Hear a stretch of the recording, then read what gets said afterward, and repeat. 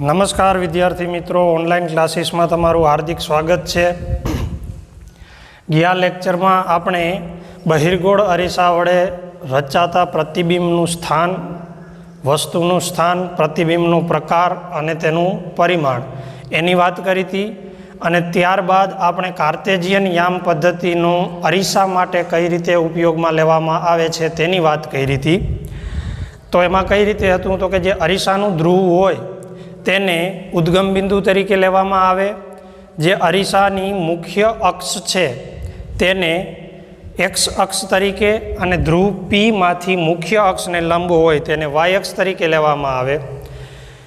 જે બાજુથી આપાત કિરણ આવતું હોય એટલે કે વસ્તુ મૂકેલી હોય એ બાજુથી આપાત કિરણો આવે તો આપાત કિરણની દિશામાં જે માપવામાં આવતું અંતર હોય એટલે કે જો તમે છે એ આ રીતે અરીસો રાખેલો હોય તો આ પરાવર્તક સપાટી હોય આગળની, તો આ બાજુ જ આપણે વસ્તુ મૂકવાના છીએ તો આ બાજુથી જે કિરણો આવે છે એ આપાત કિરણો થશે અને જે દિશા છે આપાત કિરણની આમ થઈ તો આ પીથી આ બાજુના જેટલા અંતરો માપીએ એટલે કે અરીસાથી જમણી બાજુના અંતરો માપો એ બધાય ધન આવે, અરીસાથી ડાબી બાજુના અંતર માપો એ કેવી થઈ દિશા તો કે આપાત કિરણની વિરુદ્ધ દિશા થઈ। એટલે આપાત કિરણની દિશામાં માપવામાં આવતા અંતરો ધન લેવામાં આવે, આપાત કિરણની વિરુદ્ધ દિશામાં માપવામાં આવતા અંતરો ઋણ લેવામાં આવે।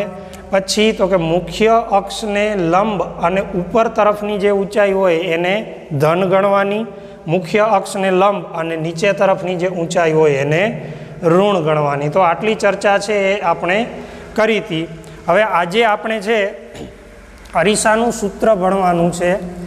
અરીસાનું સૂત્ર જો તમે જૂના સિલેબસમાં જુઓ અથવા તો જ્યારે અમે ભણતા ત્યારે એની છે એ પૂરેપૂરી સાબિતી આપેલી હતી, પરંતુ નવા સિલેબસ પ્રમાણે એની સાબિતી છે આપણે ભણવાની નથી, માત્ર શું ભણવાનું છે અરીસાનું સીધું સૂત્ર આવી જશે, એની કઈ રીતે તારવવામાં આવે છે એની સાબિતી આપણે ભણવાની નથી।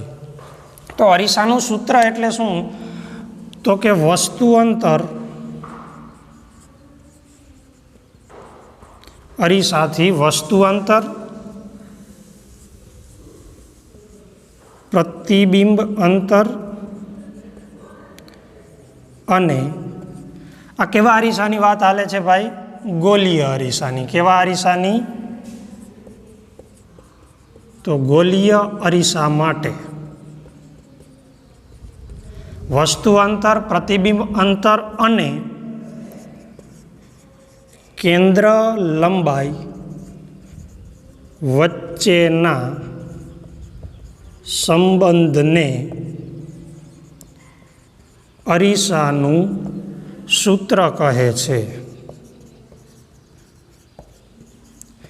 હવે આ સંબંધ છે કેવો તો એના માટે જે સૂત્ર છે એ તમારે યાદ રાખવાનું છે।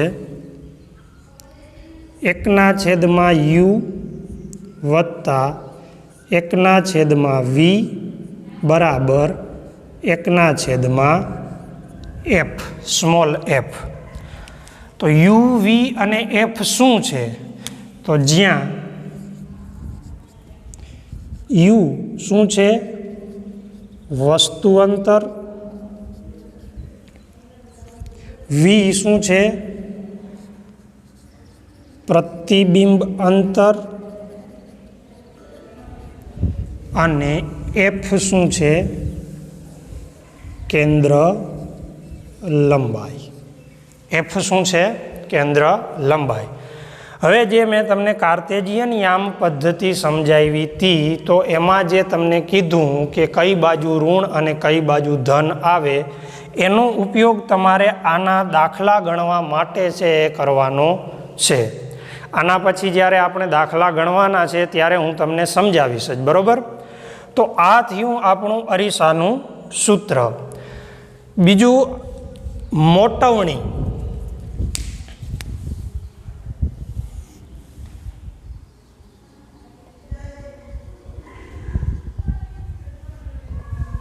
બીજું આજે શું ભણવાનું છે? મોટવણી। તો મોટવણી એટલે શું તો કે પ્રતિબિંબની ઊંચાઈ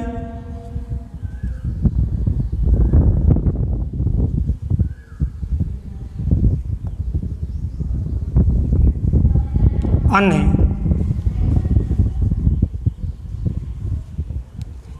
વસ્તુની ઊંચાઈના ગુણોત્તરને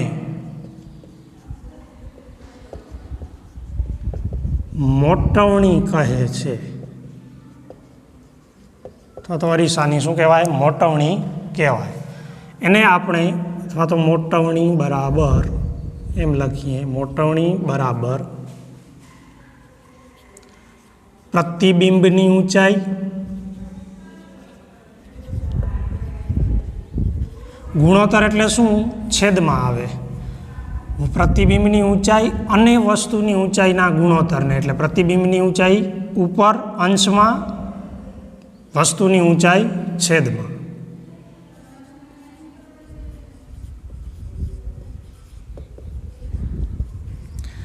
હવે ધારો કે પ્રતિબિંબની ઊંચાઈને આપણે શું કહીએ? H dash. શું કહીએ? H dash. અને વસ્તુની ઊંચાઈને શું કહીએ?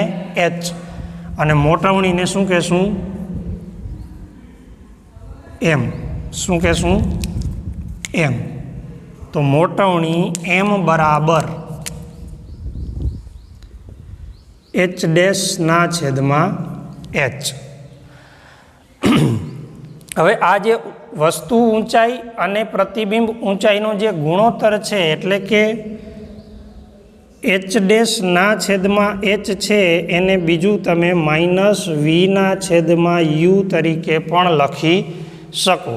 એટલે મોટવણી માટે છે આ બંને સૂત્રો સાચા છે. ક્યુ?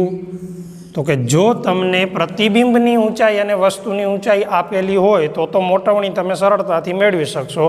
વસ્તુની ઊંચાઈ અંશમાં રાખો, પ્રતિબિંબની ઊંચાઈ રાખો છેદમાં, એટલે તમને મોટવણી મળી જાય. પરંતુ એ નથી આપેલું ને તમને પ્રતિબિંબનું અંતર અને વસ્તુનું અંતર આપેલું છે અરીસાથી, તો ત્યારે તમારે આગળ શું લગાડવાનું છે? માઇનસ. તો ત્યારે મોટવણી બરાબર શું થશે? માઇનસ વીના છેદમાં યુ. તો આ થઈ અરીસાની મોટવણીની વાત. હવે તમે જોશો તો હકીકતમાં શું છે? તો કે પ્રતિબિંબ ઊંચાઈનું વસ્તુ ઊંચાઈની સાપેક્ષમાં શું છે? આનું સરખામણી છે. એટલે કે પ્રતિબિંબની ઊંચાઈ વસ્તુ ઊંચાઈથી કેટલું વધારે મળે છે એનું સાપેક્ષ પ્રમાણ છે. એટલે તમને એમ પૂછે કે મોટવણી શું છે અથવા તો મોટવણી શું દર્શાવે છે? તો કે એ પ્રતિબિંબ કેટલું વિવર્ધિત થાય છે કોની સાપેક્ષમાં? તો કે વસ્તુની સાપેક્ષમાં. એનું શું દર્શાવે છે? પરિમાણ દર્શાવે છે. તો આ વાત થઈ કોની? મોટવણીની. બરાબર. મોટવણીનું અથવા તો જ્યારે અરીસાનું સૂત્ર આપણે દાખલામાં ઉપયોગમાં લઈએ કે જ્યાં પણ સૂત્રની જરૂર પડે ત્યારે વસ્તુ અંતર અને પ્રતિબિંબ અંતરમાં છે એ તમારે સાઇન મૂકવાની છે સાથે. બરાબર. જો અરીસાની આગળના ભાગમાં વસ્તુ મૂકેલી હોય, એટલે કે પરાવર્તક સપાટીનો આગળનો ભાગ, બરાબર, પછી પરાવર્તક સપાટી આમ પણ હોઈ શકે. એટલે મેં તમને કાલે કીધું હતું કે ડાબું જમણું છે એવી રીતે યાદ રાખવાનું નથી, ભલે બુકમાં આપ્યું હોય. હવે અહીંયા તમે જુઓ તો આ બાજુ છે, આપણે માની લ્યો બહિર્ગોળ અરીસો છે, બહિર્ગોળ અરીસાની આ બાજુ છે એ પરાવર્તક સપાટી છે. તો તમે આ વસ્તુ અહીંયા રાખી, આ એની શું થઈ? મુખ્ય અક્ષ થાય. અહીંયાથી કિરણ શું થશે?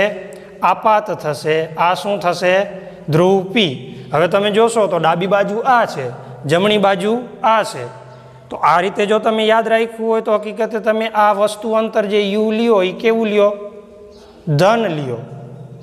બરાબર. પણ આમ નથી સમજવાનું. આપણે એમ યાદ રાખવાનું છે કે આપાત કિરણની દિશામાં માપવામાં આવતા અંતરો ધન અને વિરુદ્ધ દિશામાં માપવામાં આવતા અંતરો કેવા લેવાના? ઋણ. માપવાનું ક્યાંથી છે? પી આગળથી. હવે પીથી તમે આમ માપવાનું શરૂઆત કરો છો તો આપાત કિરણની દિશા આ થઈ. આપણે માપ્યું અંતર કેમ? આ બાજુ. તો આ યુ આવે એ કેવું આવે? ઋણ આવે. કેવું આવશે? ઋણ આવશે. એટલે ડાબું જમણું એમ યાદ રાખવાનું નથી. બરાબર. તો હવે આના પછી છે તમારી બુકમાં જે દાખલા આપેલા છે એની વાત કરીએ.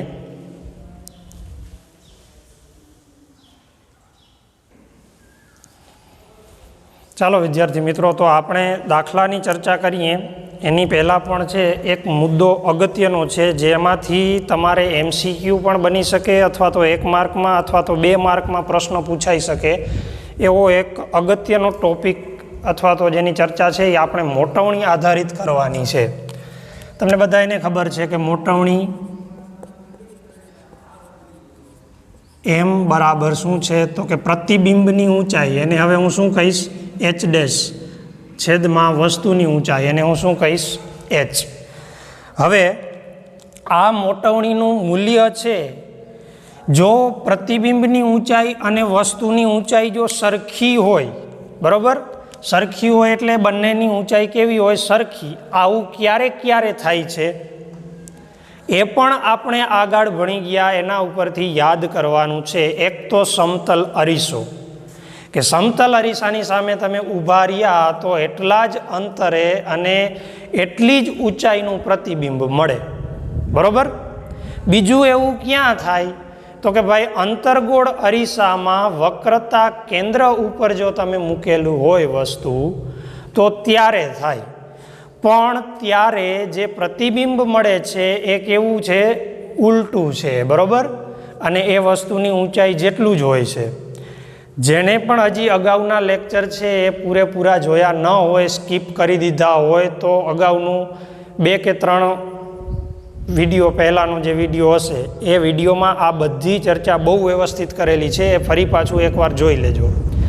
જે જોવે જ છે રેગ્યુલર એને કોઈ સવાલ નહીં થાય.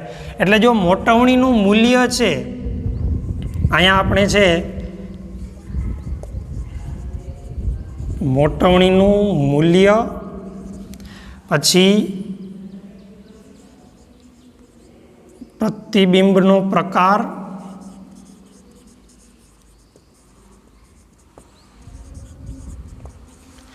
અને અરીસાનો પ્રકાર. જો મિત્રો ખાસ આમાં ધ્યાન આપજો, આના ઉપરથી ઘણા બધા MCQ બની શકે, બરાબર. હવે પ્રતિબિંબની ઊંચાઈ અને વસ્તુની ઊંચાઈ સરખી છે અને બંને ધન હોય, બરાબર.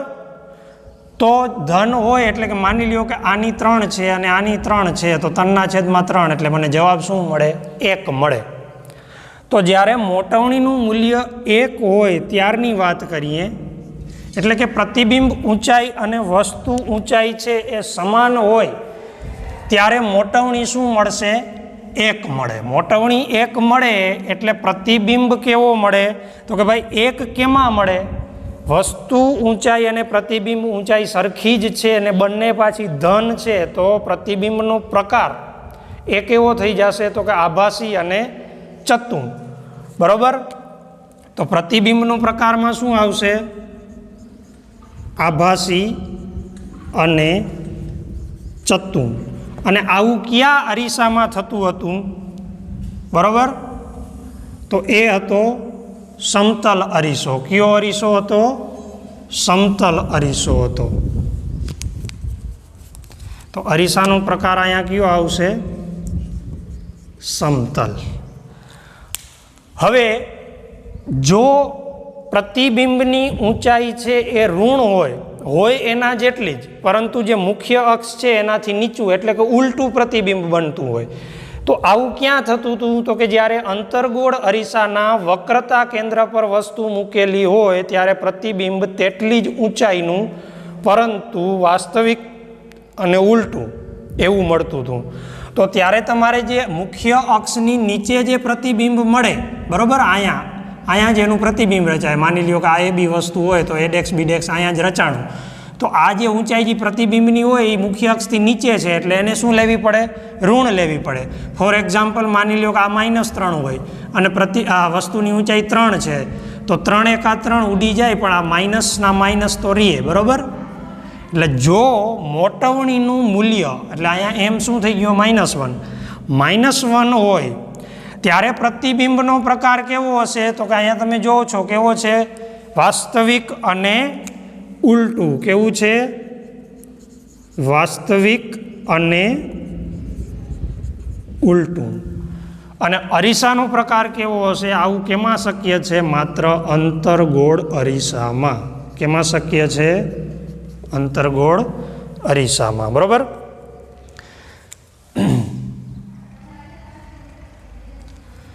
અગાઉના લેક્ચર ઉપરથી તમને એ પણ યાદ આવતું હશે કે વક્રતા કેન્દ્ર સી થી જ્યારે આપણે આગળ વસ્તુ મૂકતા જતા હતા એમ પ્રતિબિંબ છે એ સી થી પાછળ અને એનાથી કેવું થતું જતું હતું, મોટું.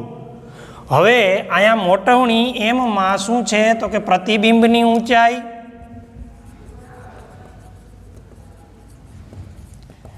છેદમાં વસ્તુની ઊંચાઈ, બરાબર. હવે પ્રતિબિંબની ઊંચાઈ વધારે હોય, કેવી હોય? વધારે હોય, બરાબર.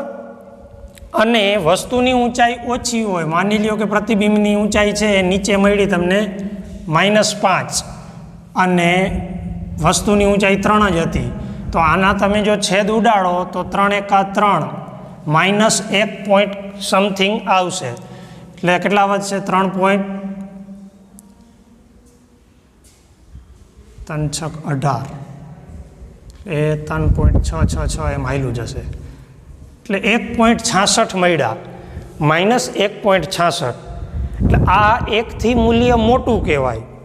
એટલે અહીંયા હું એમ લખીશ કે ગ્રેટર ધેન 1.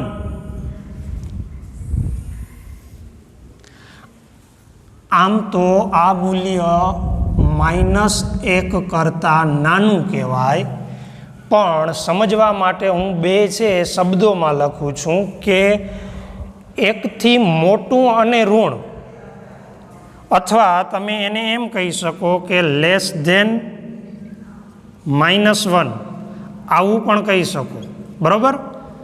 -1 હોય ત્યારે તો શું છે તો કે વાસ્તવિક ઉલટું અને અંતર્ગોળ અરીસો હશે. પછી -1 કરતાં નાની હજી જો થાય શું? મોટવણી. એટલે આનો મતલબ એમ પણ હું તમને કહી શકું કે આ જો ખાલી મૂલ્યની વાત કરો, સાઇનને તમે ધ્યાનમાં ન લ્યો, તો 1.66 એ કેવા ગણાય તો કે 1 કરતાં મોટા, ને કેવું મૂલ્ય છે? ઋણ. એટલે આને તમે એમ લખી શકો કે ગ્રેટર ધેન 1 અને ઋણ. પણ એ આપણે શું કરી દીધું તો કે ભાષાને ગણિતને બેયને ભેગી કરી દીધી. અહીંયા -1 કરતાં નાનું લખું તો જે આ -1.66 છે એ -1 કરતાં નાના કહેવાય, બરાબર. એ તમને ગણિત ભણતા હશો, તમને બધાને ખબર જ છે કે -2 છે અને -1 હોય તો આ બેયમાંથી મોટા કોણ કહેવાય? 1 કહેવાય. -2 એનાથી નાના કહેવાય. તો -1 થી જ્યારે નાની મોટવણી મળે છે ત્યારે પ્રતિબિંબ કેવું મળે છે તો કે ભાઈ માઇનસ છે એટલે વાસ્તવિક અને ઉલટું જશે. વાસ્તવિક અને ઉલટું.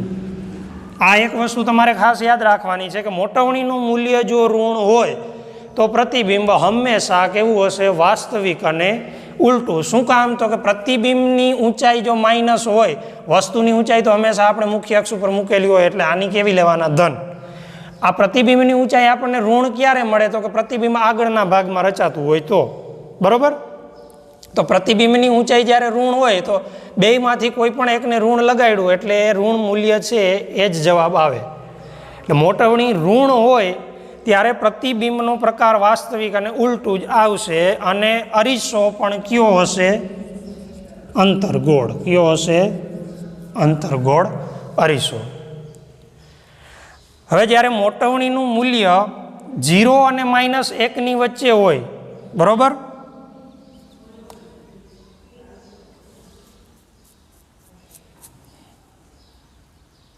પ્રતિબિંબનું સ્થાન છે જ્યારે બિંદુવત થાય ત્યારે તમે એને ગણી શકો કે એની ઊંચાઈ કાંઈ પણ નથી. એટલે અહીંયા છે એ બંનેનું માઇનસ મૂલ્ય મળે છે. આ બાજુ આગળ શું હતું તો કે ત્યાં પ્રતિબિંબની ઊંચાઈ નાની રહે પરંતુ વસ્તુની ઊંચાઈ કેવી હોય? મોટી હોય. ત્યારે મોટવણી જે મળે, મોટવણીનું મૂલ્ય મળે એ કેવું હશે તો કે એ ઋણ જ હશે, પરંતુ એ 0 થી નાનું અને -1 થી કેવું મળે? મોટું મળે. અહીંયા વચ્ચે જે પ્રતિબિંબનું સ્થાન મળે એની માટે મોટવણીનું મૂલ્ય છે એ 0 કરતાં નાનું, પરંતુ -1 કરતાં કેવું મળે? મોટું મળે. તો એની માટે પણ પ્રતિબિંબનો પ્રકાર છે એ કેવો રહેશે? વાસ્તવિક અને ઉલટું એટલે કે જ્યારે મોટવણીનું મૂલ્ય 0થી નાનું પરંતુ -1થી મોટું હોય ત્યારે વાસ્તવિક અને ઉલટું અને અરીસો કયો રહેશે? અંતર્ગોળ અરીસો. બરાબર. હવે પ્રતિબિંબ છે એ જો બહિર્ગોળ અરીસા વડે રચાતું હોય તો તમને ખબર છે કે બહિર્ગોળ અરીસામાં કેવું હશે? તો કે અહીંયા વસ્તુ મૂકી તો એ વસ્તુ કરતાં હંમેશા આ બાજુ એનું પ્રતિબિંબ એફ અને પીની વચ્ચે વસ્તુ કરતાં કેવું મળવાનું છે? નાનું જ મળવાનું છે. અને આની ઊંચાઈ હંમેશા કેવી હશે? ધન હશે. નાનું મળવાનું છે એટલે કોઈ દી એ મોટવણીનું મૂલ્ય એટલે કે પ્રતિબિંબ ઊંચાઈ અને વસ્તુ ઊંચાઈ સરખી થાય તો એક થાય. આવું તો કેમાં થાય છે? સમતલ અરીસામાં. તો આ મોટવણીનું મૂલ્ય છે એ 1 કરતાં તો હંમેશા કેવું રહેવાનું છે? નાનું રહેવાનું છે. અને 0 કરતાં શું રહેવાનું છે? મોટું. તો આવું જ્યારે હોય કે 0 અને 1ની વચ્ચે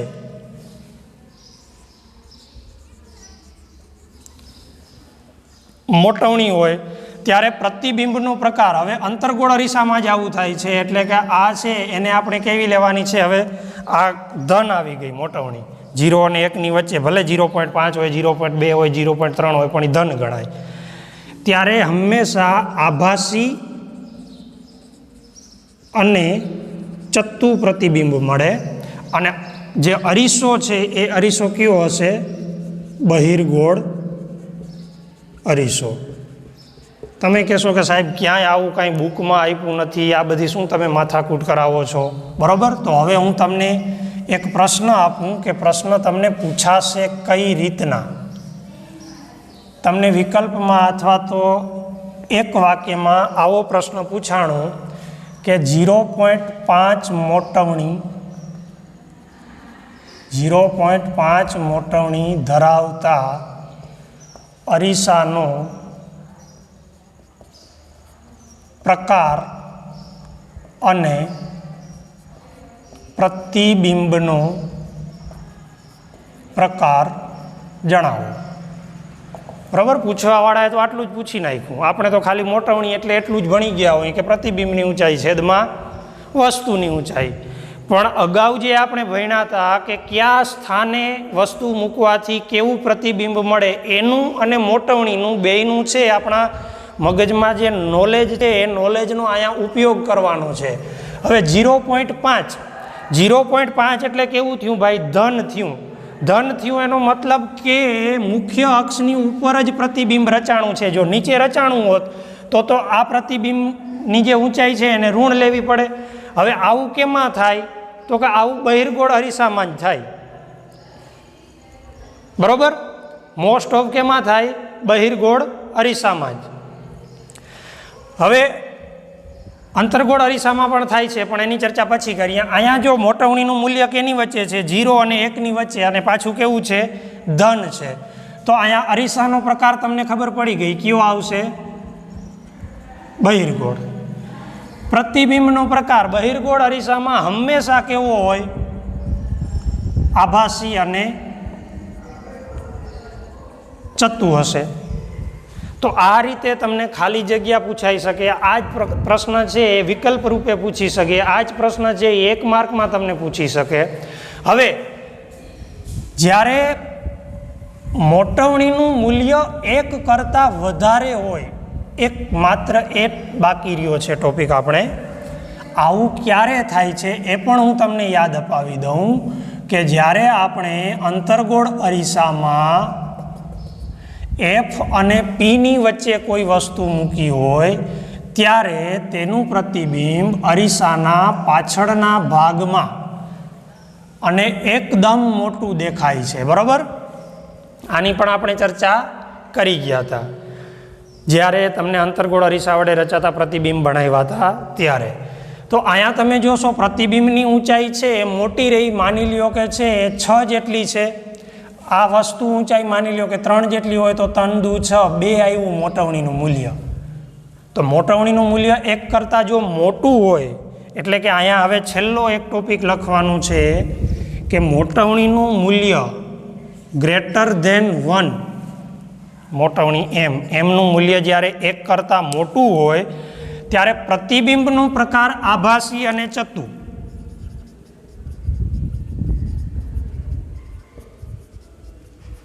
પરંતુ અરીસો કયો રહેશે? અંતર્ગોળ. ફરીથી મિત્રો યાદ રાખજો કે મોટવણીનું મૂલ્ય ધન હોય તો પ્રતિબિંબ અરીસાનો પ્રકાર અંતર્ગોળ પણ હોઈ શકે અને બહિર્ગોળ પણ હોઈ શકે. પછી આપણે મોટવણીના મૂલ્ય ઉપર વ્યૂ જવાનું. ધન છે એ ખબર પડી તો બેય હોઈ શકે, કે અંતર્ગોળ પણ હોઈ શકે અને બહિર્ગોળ હોઈ શકે. જો ઋણ હોય મોટવણીનું મૂલ્ય તો આખું મીચી અને શું લખી નાખવાનું છે? અંતર્ગોળ જ લખી નાખવાનું છે, બરોબર, ઋણ હોય ત્યારે.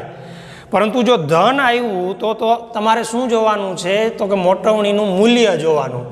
જો 1 કરતાં મોટું હોય, મોટવણીનું મૂલ્ય 1 કરતાં મોટું હોય તો અંતર્ગોળ, પરંતુ 0 અને 1ની વચ્ચે હોય તો કયો અરીસો? બહિર્ગોળ અરીસો.